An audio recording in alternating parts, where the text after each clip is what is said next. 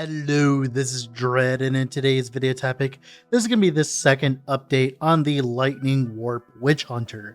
So, I've made a drastic amount of changes to make the build functional in red tier maps. So right now, you're seeing a tier 13 that I decided to chuck in.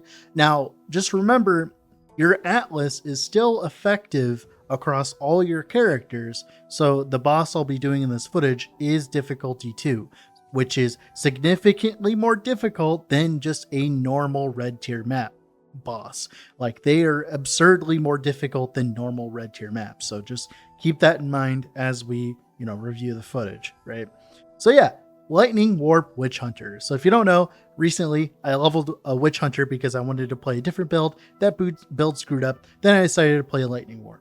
And I specifically went out of my way to only play Lightning Warp. That means no cast on shock nonsense with Lightning Conduit. Lightning Conduit is doing absurd amounts of damage with Stormweaver as it's consuming both shocks instead of just one, which is making Lightning Conduit do absurd amounts of damage. I'm trying to stay away from that because I'm sure that will get nerfed into the ground. I'm trying to ignore just trying to use Lightning Conduit in general and focus only on the, of course, Lightning Warp's damage. And so far, it's been pretty okay. All things considered, the damage is high enough to do the content, but the main reason why I even want to play this build in the first place is the clear. The clear just feels so good. Being able to just blast through packs by just tapping Lightning Warp after shooting out some ball lightnings feels absurdly satisfying. It's amazing to watch just everything explode in a bloof of lightning and Witchhunter implosions. That's always fun, and the single target was more of an afterthought, of course. Eventually, we will make even more single target as we continue on working on the character, but we will get there when we get there. So yeah, what's another change that I've made to the character? The biggest change so far was the focus on evasion and energy shield, the swamp. That's because, like I stated in the last few videos I've talked about, defenses are king. If you do not have defenses, you will not be doing red maps with any consistency. Doesn't matter if you're doing billions and billions of damage, if you're not defensive enough, you will just get one-tapped every so often, lose your red tier map, and it will suck. Now, of course, if you're blasting maps fast enough and making enough red maps, maybe it's fine, who knows, but generally for the most of you, and I know you guys won't have a good time if you guys don't have defenses. So I overbuilt in defenses. I got a evasion energy shield chest. I went in all the evasion energy shield nodes at the start of, like, I think the supposed to be the shadow start or whatever, and those nodes are insanely strong as it lets you scale up to like 60% evasion already and like 1.4k energy shield, which is enough for me to start farming red maps. Eventually I want even more so I can do this comfortably and start doing league mechanics, but that's moot. We'll work on that later. Another upgrade, I decided to go with a cast speed focused playstyle. So the idea is we just cast a lot. So we create 9 balls and we try to delete those 9 balls with Lightning Warp on single target.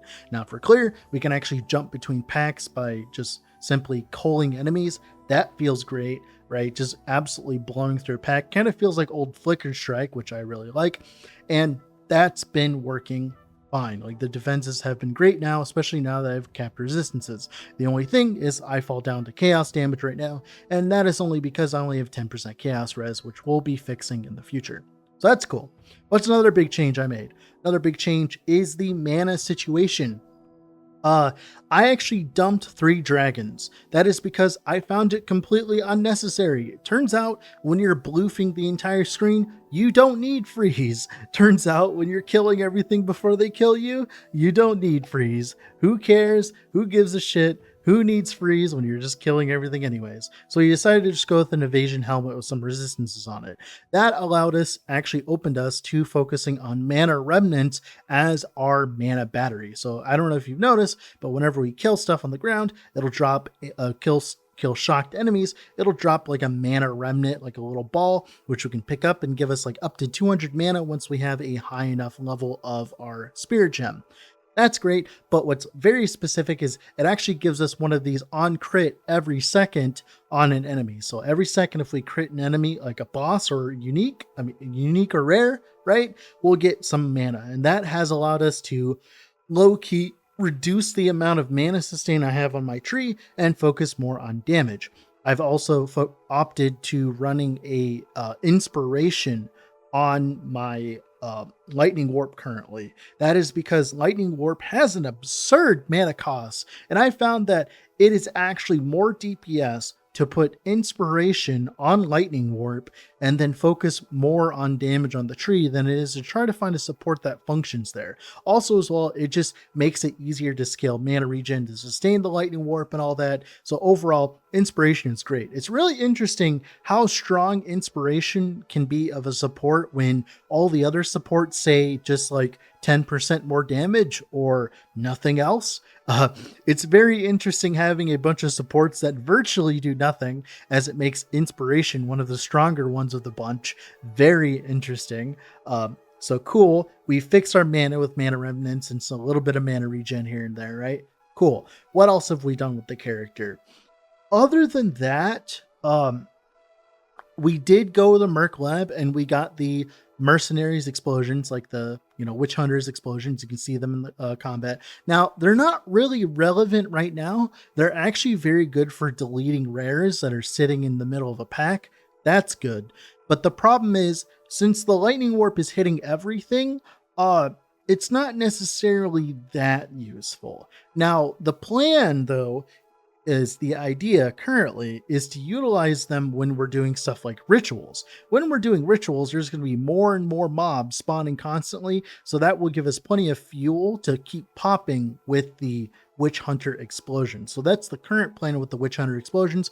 Also, as well, if you look at the other nodes on Witch Hunter, they're not very I don't know, what would you call it? Desirable. Sorcery Ward just makes your character worse because you're not dying to elemental damage, you're dying to, of course, physical damage. So why would you reduce your physical damage reduction, i.e. your evasion, for some, other stuff? I don't know why you'd run this unless if you're running some heavy anti-physical tech. Cool.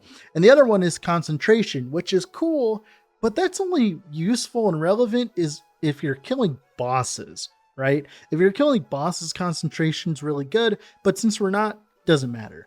Another thing, we don't want to run the weapon swap points, mainly because I'll be honest, I want to do the weapon swap stuff eventually, but right now I don't feel like it's good for this build. I want to focus on Lightning Warp and try to see how far I can push it in terms of DPS, and so far we've been making it work.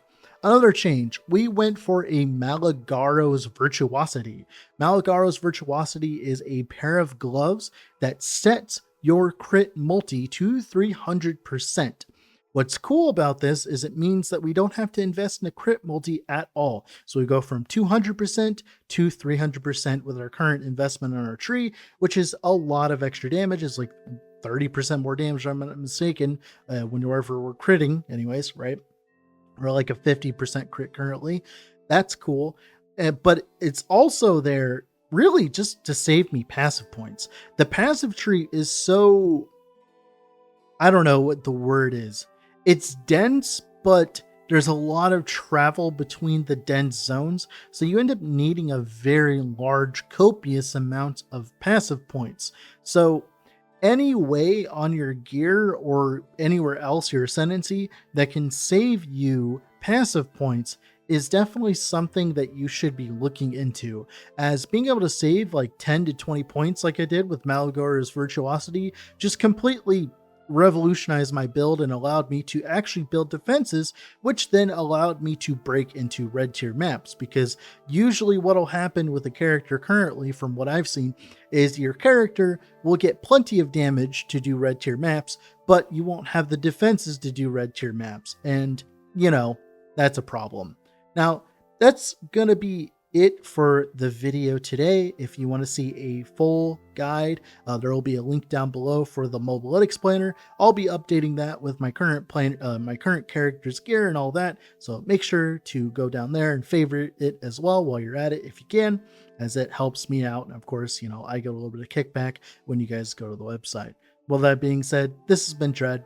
Off to go do something else. Probably rest for a bit. I've been gaming a lot, man. I've been gaming a hell of a lot.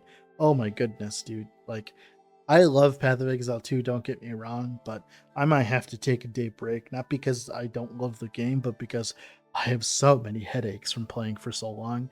You do have to like focus really hard to play, and that definitely is not conducive towards having good kind of, I don't know, sleeping schedule, healthy, I don't know. There's a lot of problems. All that being said, bye guys.